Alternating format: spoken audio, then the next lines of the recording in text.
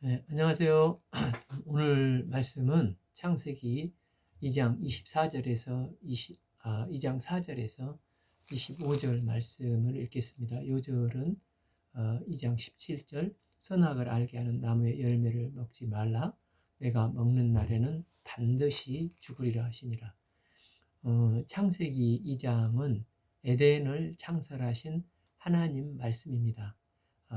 이것이 천지가 창조된 때에 하늘과 땅의 내력이 여호와 하나님이 땅과 하늘을 만드시던 날에, 개역 한글은 여호와 하나님이 천지를 창조하신 때에 천지에 창조된 대략이 이러하니라.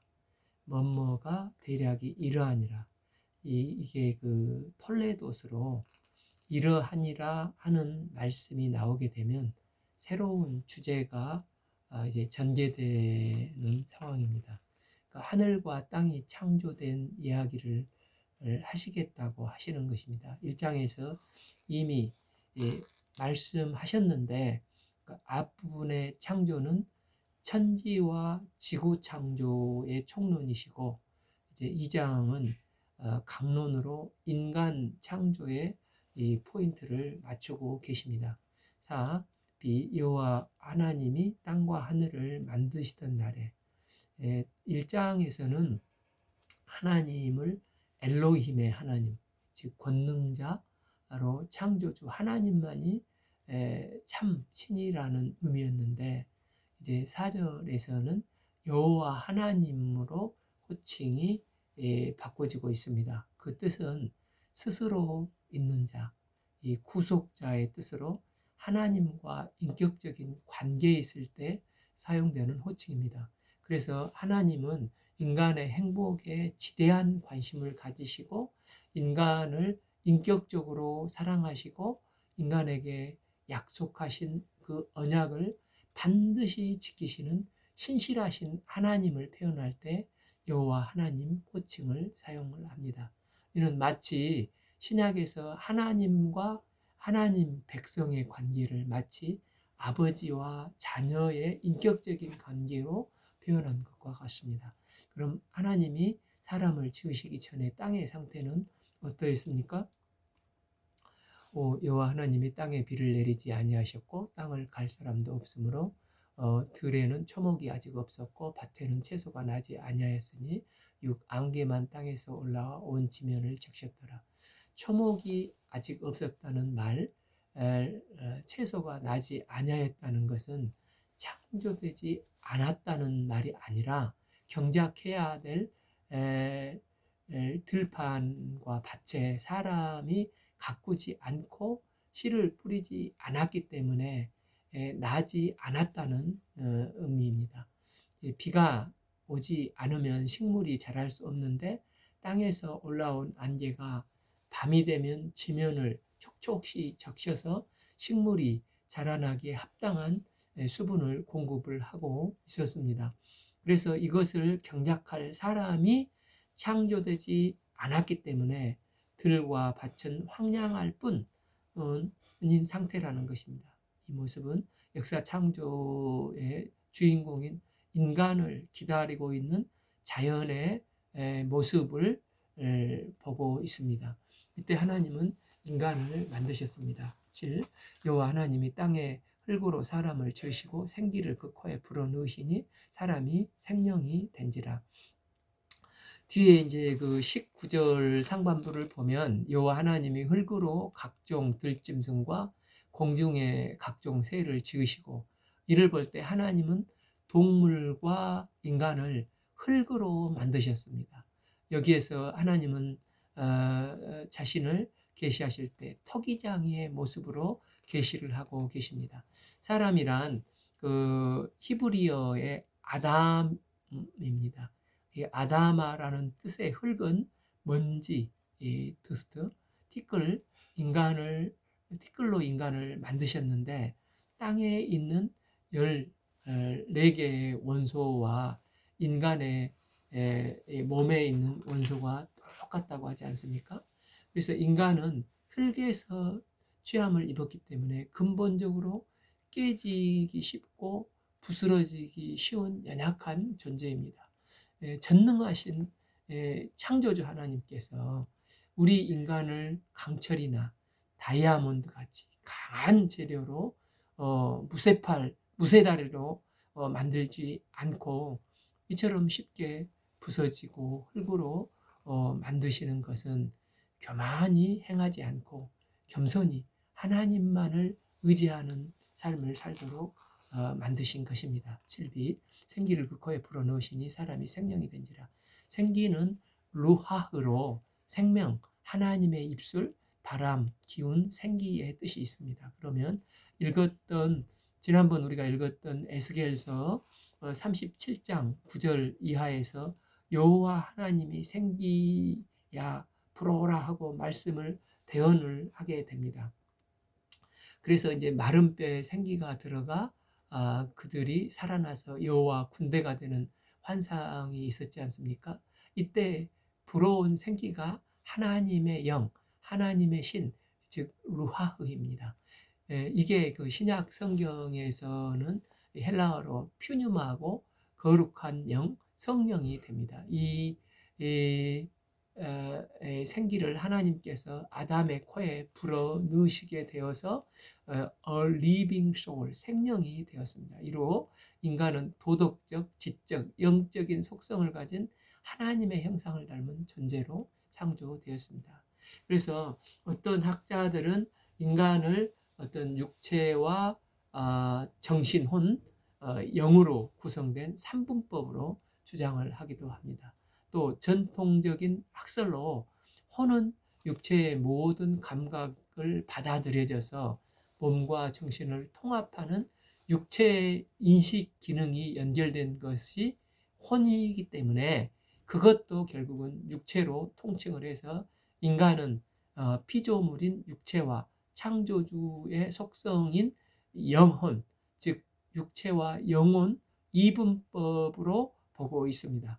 그러나 공통적인 사실은 인간은 영혼의 소유자라는 것입니다. 때문에 이 영혼은 피조물 중에서 오직 하나님의 형상을 닮은 영적인 존재인 인간에게만 주어진 것입니다. 그래서 인간은 늘 범죄한 이후에도 어느 곳에도 제사 제도가 있고 하나님을 경배하고 싶은, 이게 잘못돼서 우상 숭배가 되지 않습니까? 그러나 인간은 범죄하여서 거룩한 영이신 하나님과 관계가 단절이 되어 살아 있으나 죽게 되었습니다. 로마서 5장 12절 그러므로 한 사람으로 말미암아 죄가 세상에 들어오고 죄로 말미암아 사망이 들어왔는 이와 같이 모든 사람이 죄를 지었으므로 사망이 모든 사람에게 이르니라. 여기서 죽었다는 것은 육은 살아 있지만 영이 죽어 있기 때문에 하나님에 대한 아무런 감각이 없는 것입니다. 그래서 기능도 반응도 안 일어나는 것입니다. 그러나 죽었던 사람이 언약된 여자의 후손 예수님의 십자가의 보혈의 은혜를 믿음으로 말미암아 성령께서 본 어게인하게 하셔서 이제 구원을 받고 거룩하신 하나님과 바른 관계성이 회복이 되고 연결이 되어서 반응을 하는 삶을 살게 되었습니다. 이게 성도의 삶입니다. 8. 여호와 하나님이 동방의 에덴을 창설하시고 그 지으신 사람을 거기에 두시니, 이 에덴이란 그 딜라이트, 즉 희락, 행복, 더할 나위 없는 기쁨을 뜻합니다. 뒤에 이제 15절에서 여호와 하나님이 그 사람을 이끌어 에덴 동산에 두어 그것을 경작하며 지키게 하시고, 하나님은 에덴을 창설하시고 인간을 창설하시고 경작하고 지키는 좋은 청지기, 즉 관리자로서 노동을 하도록 창조를 하셨습니다. 그래서 19절 20절을 보면 여호와 하나님이 흙으로 각종 들짐승과 공중의 각종 새를 지으시고 아담이 무엇이라고 부르나 보시려고 그것들을 그에게 이끌어 가시니 아담이 각 생물을 부르는 것이 곧 그 이름이 되었더라. 20. 아담이 모든 가축과 공중의 새와 들의 모든 짐승에게 이름을 주어지니라.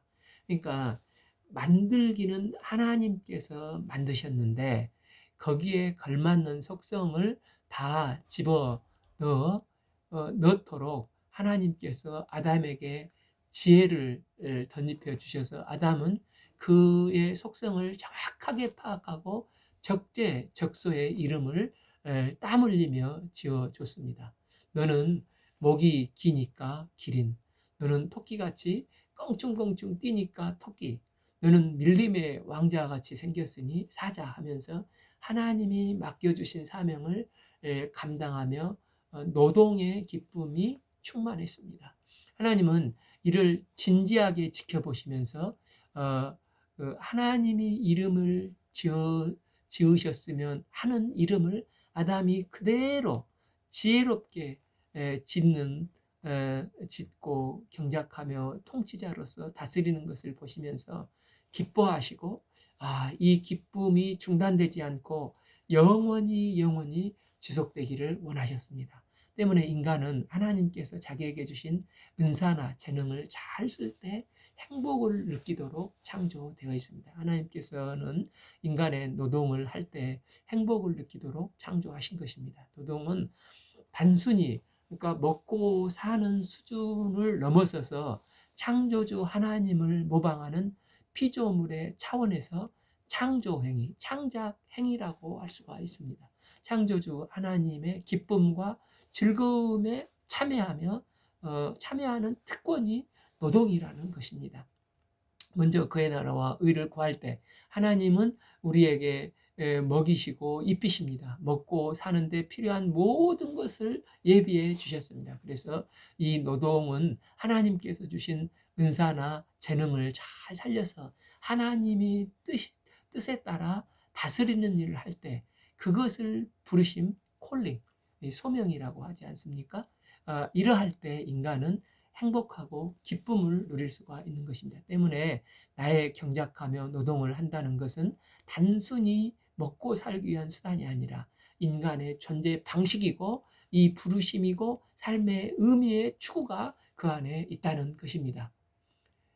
그런데 이 사실을 창세기를 모세에게 감동을 주셔서 쓰게 했는데 이 창세기를 접한 광야 시대 이스라엘의 1차 독자들이 이 말씀을 보면서 얼마나 충격을 받았겠습니까?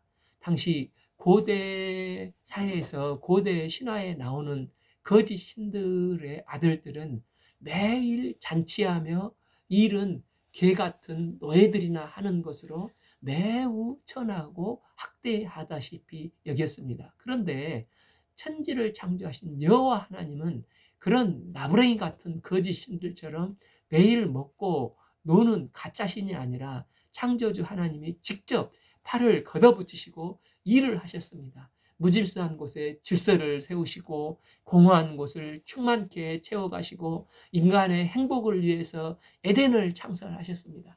또한 이 일을 함께 하시고자 하나님의 형상을 따라 인간을 만드시고 생기를 그 코에 불어넣으셨습니다.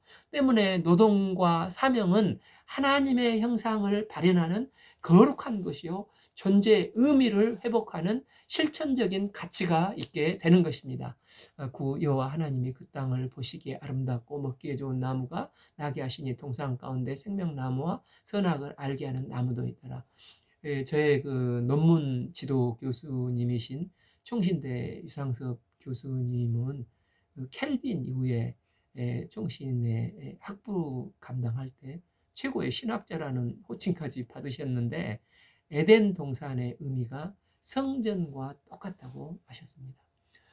첫 세계인 에덴은 아직 타락하기 전이니까 죄가 없는 곳으로 하나님이 특별한 구역을 만드시는데 그곳에 에덴이라는 것입니다. 왜 이 에덴을 만드셨습니까? 하나님이 인간을 만나고 교제의 장소로 에덴을 만드셨다는 것입니다. 아름다운 모든 피조 세계 중에서 특별히 여호와 하나님은 인간을 만드셔서 그곳에 두시고 청지기 사명을 감당하도록 하시고 그 인간과 만나시는 특별한 장소가 바로 에덴입니다.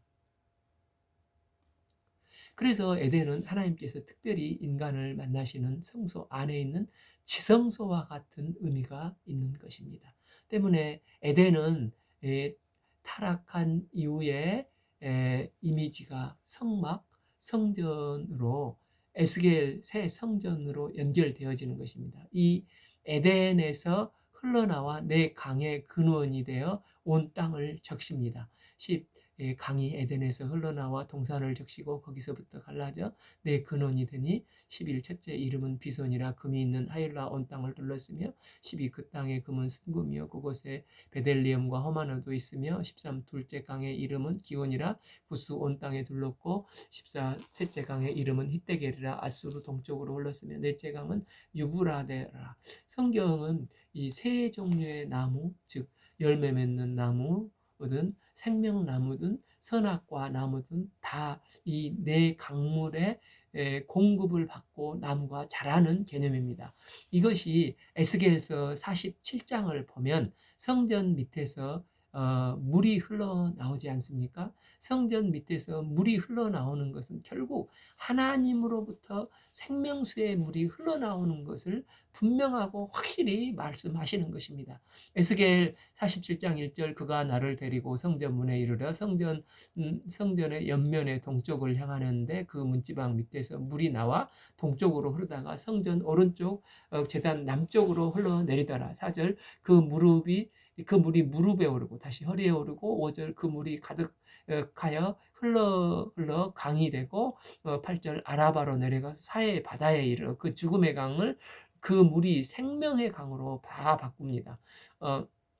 그 강물이 이르는 곳마다 번성하는 모든 생물이 살고 12. 강 좌우에 각종 먹을 과실나무가 자라서 그 잎이 시들지 아니하며 열매가 끊어지지 아니하고 달마다 새 열매를 맺으니 그 물이 성소를 통하여 나옴이라. 이게 성전에서부터 시작이 된다는 것입니다. 그러니까 이 에덴 동산이 성전의 모델이 되어서 생명수가 흐르게 되는 것입니다.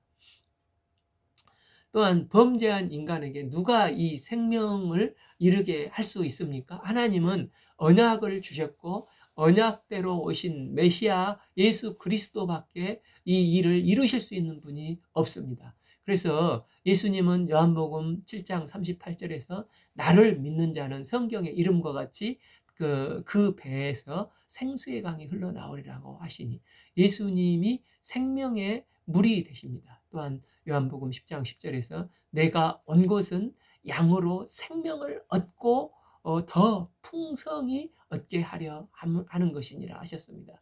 이게 이제 또 계시록 2장, 21장, 22장에서 모두 하나로 통일되어 나오는데 그 생명의 나무로 나옵니다. 계시록 22장 2절 길 가운데로 흐르더라. 강 좌우에 생명나무가 있어 12가지 열매를 맺되 달마다 그 열매를 맺고 그 나무 잎사귀들은 만국을 치료하기 위하여 있더라.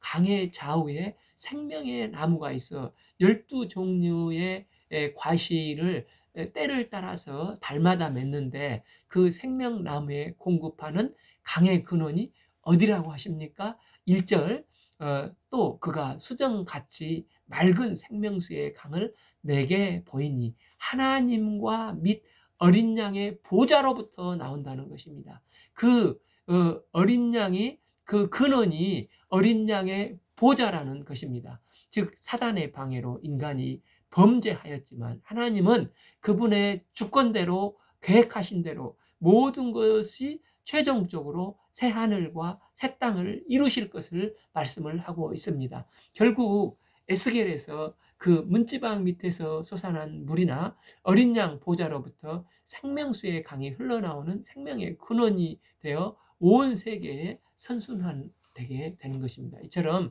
에덴 동산의 이미지는 성전의 지성소인데 3장에서 타락한 다음에 아담이 무화과 나무에 숨어 있을 때 3장 9절 여호와 하나님이 아담을 부르시며 그에게 이르시되 내가 어디 있느냐 하시고 아담을 이제 만나시지 않습니까?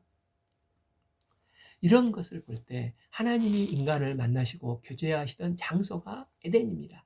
타락한 이후에 인간이 하나님을 만날 수 있는 유일한 장소가 지성소이지 않습니까? 하나님이 양의 피를 가지고 죄를 속죄해서 죄를 용서받게 하시고 마침내 언약대로 세상 모든 죄를 지고 가는 하나님의 어린 양 예수님을 십자가에서 희생하심으로 구속의 은혜를 베푸시고 누구든지 하나님을 이 예수님의 보혈을 믿는 자는 하나님과 바른 관계성을 회복해 하여서 하나님께서 만나주시는 곳이 곳이 예수님의 십자가인데 그 모형이 에덴의 의미입니다. 이처럼 하나님 나라의 근본적인 형태가 씨앗과 같이 에덴에 다 들어 있습니다. 그래서 그 씨앗이 자라서 싹을 내고 또 인간이 범죄하였지만 그 가운데서도 하나님은 주권대로 꽃을 피워 열매를 내는 모습들이 이제 구약과 신약의 전체 기록된 내용들입니다. 그리고 마침내 그 씨앗의 형태가 자라서 맨 마지막에 계시록 21장, 22장에서 절정을 이루어 새하늘과 새 땅을 이루게 되는 것입니다. 16 여호와 하나님이 그 사람에게 명하여 이르되 동산 각종 나무의 열매는 내가 임의로 먹되 시칠 선악을 알게 하는 나무의 열매는 먹지 말라. 내가 먹는 날에는 반드시 죽으리라 하시니라. 이걸 에덴 동산에서 주신 원형으로서 첫 율법, 원시 복음, 또 아담스 바이블이라고 하는 금지 명령이지 않습니까?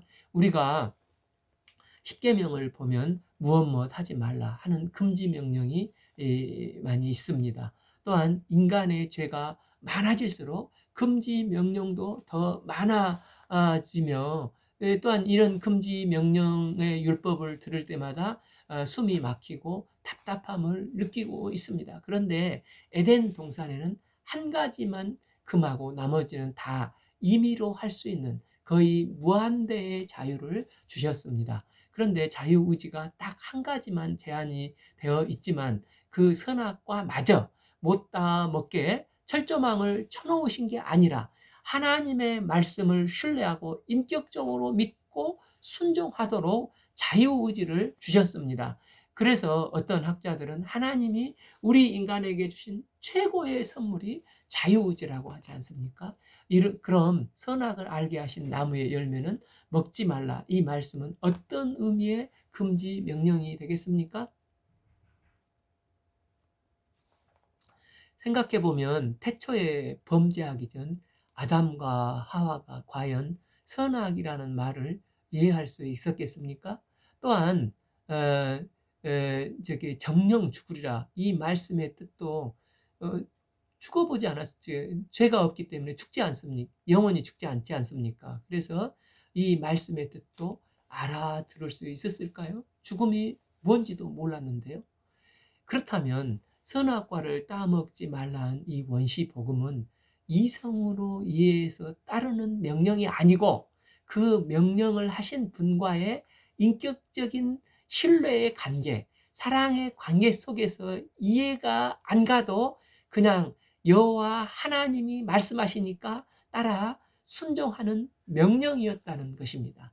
이는 마치 엄마가 아주 어릴 적 너 이걸 하지 말라 하면은 사춘기 때는 왜 이걸 내가 하지 말아야 하지 하면서 꼬치꼬치 깨묻고 따지고 나서 결정을 하지 않습니까? 그러나 아주 어릴 적에 꼬마는 엄마가 하지 말라는 말에 아무 의미도 없이 엄마 왜 하다가도 엄마가 이걸 하지 말아야 돼 너를 위해서야 하면은 엄마의 말을 듣고 안 하지 않습니까? 왜 안 하는 것입니까? 이 아이에게 엄마는 나를 낳으시고 세상에서 나를 제일 사랑하는 분이니까 엄마는 나에게 가장 좋은 것을 주시는 분이시니까 엄마의 말을 이해하지 못해도 우리 엄마의 말에 무한한 신뢰를 하기 때문에 엄마 알았죠? 하면서 엄마의 말을 따르지 않습니까?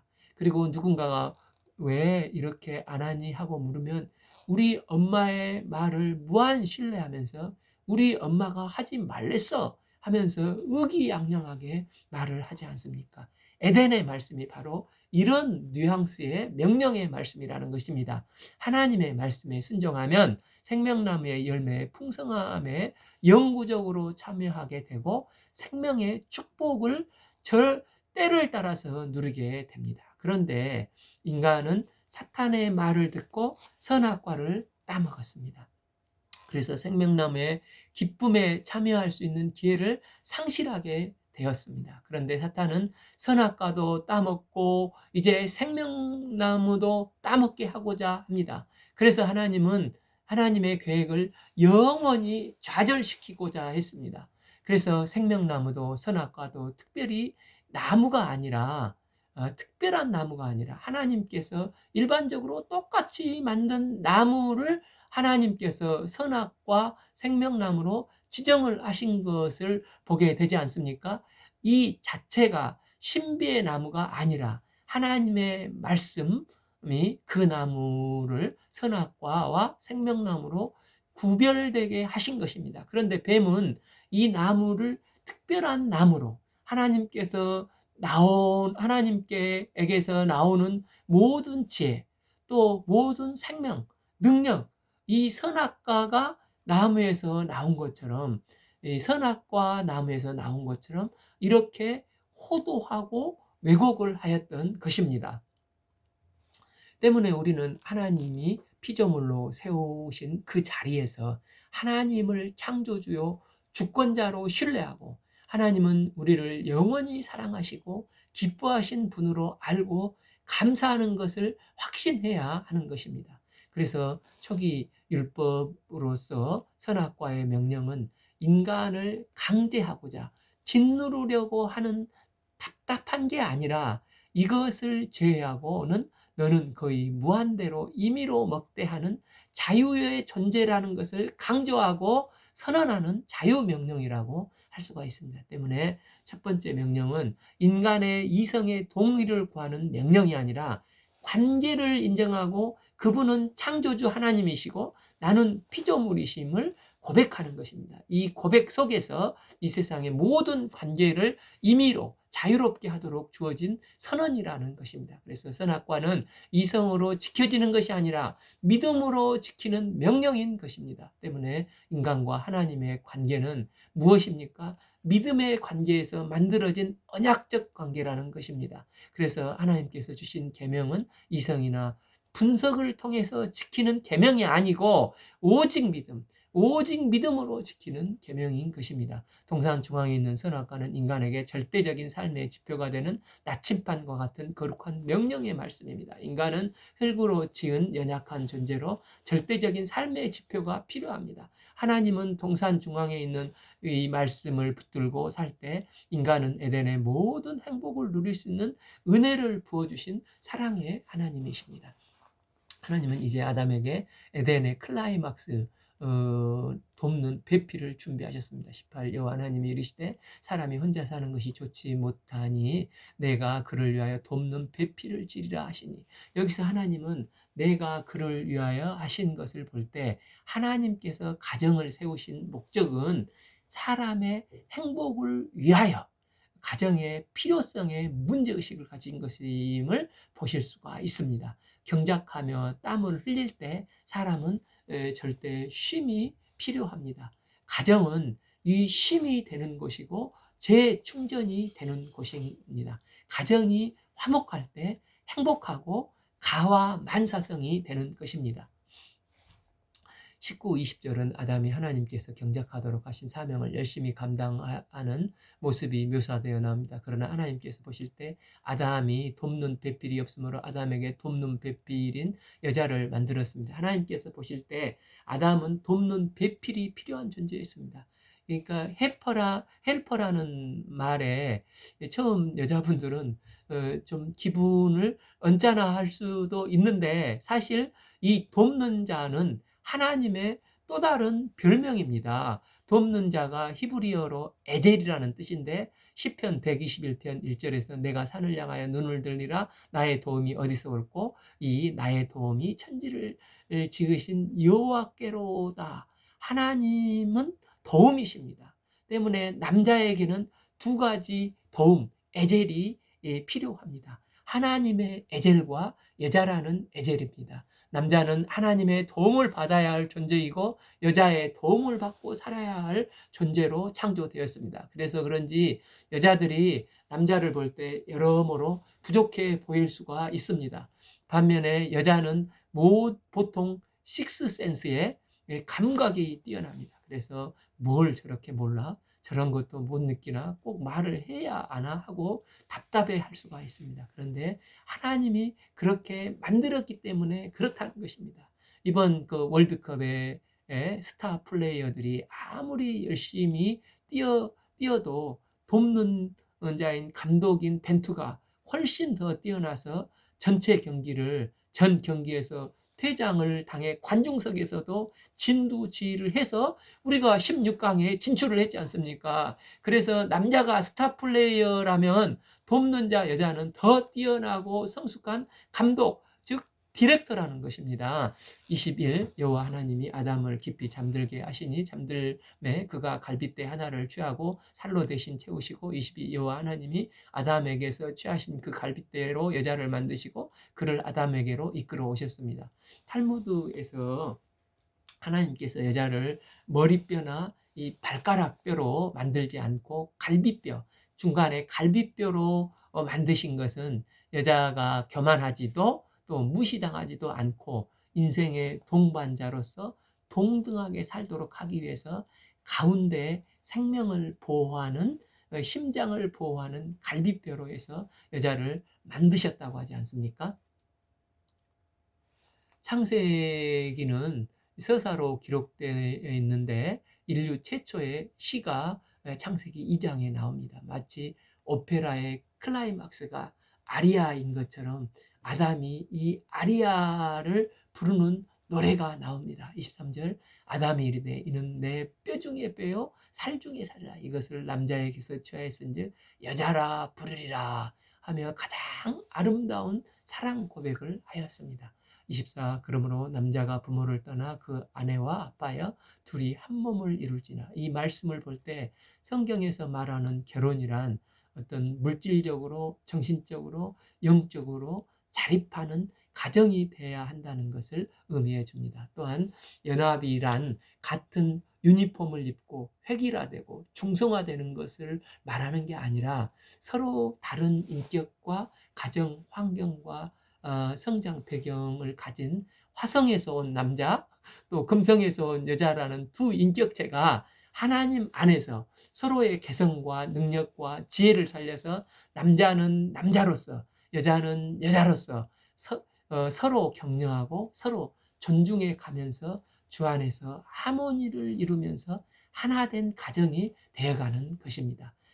가장 바람직한 연합은 두 사람의 신앙과 소망과 사명이 같을 때 온전한 연합을 이루어가게 됩니다. 예수님께서도 마태복음 19장 16절에서 창세기 2장 24절 말씀을 인용하시면서 하나님이 짝지어 주신 것을 사람이 나누지 못할지라 선포를 하셨습니다. 창세기의 결혼이란 만세전에 뜻하신 하나님의 절대적인 주권 가운데 남녀가 사랑의 마음을 움직이셔서 세워진 가정이기 때문에 결코 사람이 나눌 수 없다는 것입니다.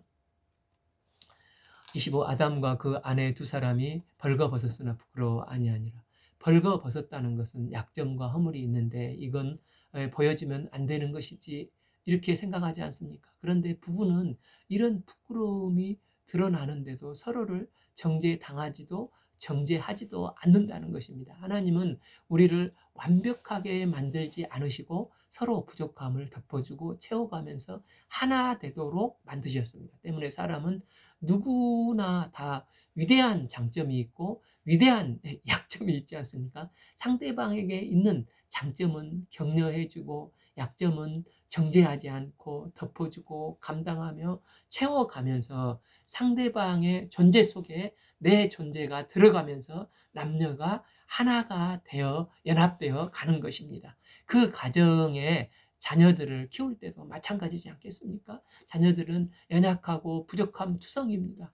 부모의 기쁨은 그들을 돌봐주고 양육하며 기도하는데 부부의 기쁨이 있지 않습니까? 부부가 서로에게 또 자녀들에게 그 존재 속에 들어가면서 하나 되는 게 하나님이 말하시는 창세기의 가정관입니다. 이상에서 하나님은 인간에게 생명을 부어 넣으시고 창조하시고 경작케 하시고 원시복음을 주시고 가정을 이루신 에덴 동산을 창설하신 하나님을 읽었습니다. 인간을 이토록 사랑하시고 축복하신 우리 하나님께 감사와 찬양과 영광을 돌려드립니다. 오늘 말씀은 창세기 2장 2장 4절에서 25절 말씀을 읽겠습니다. 감사합니다.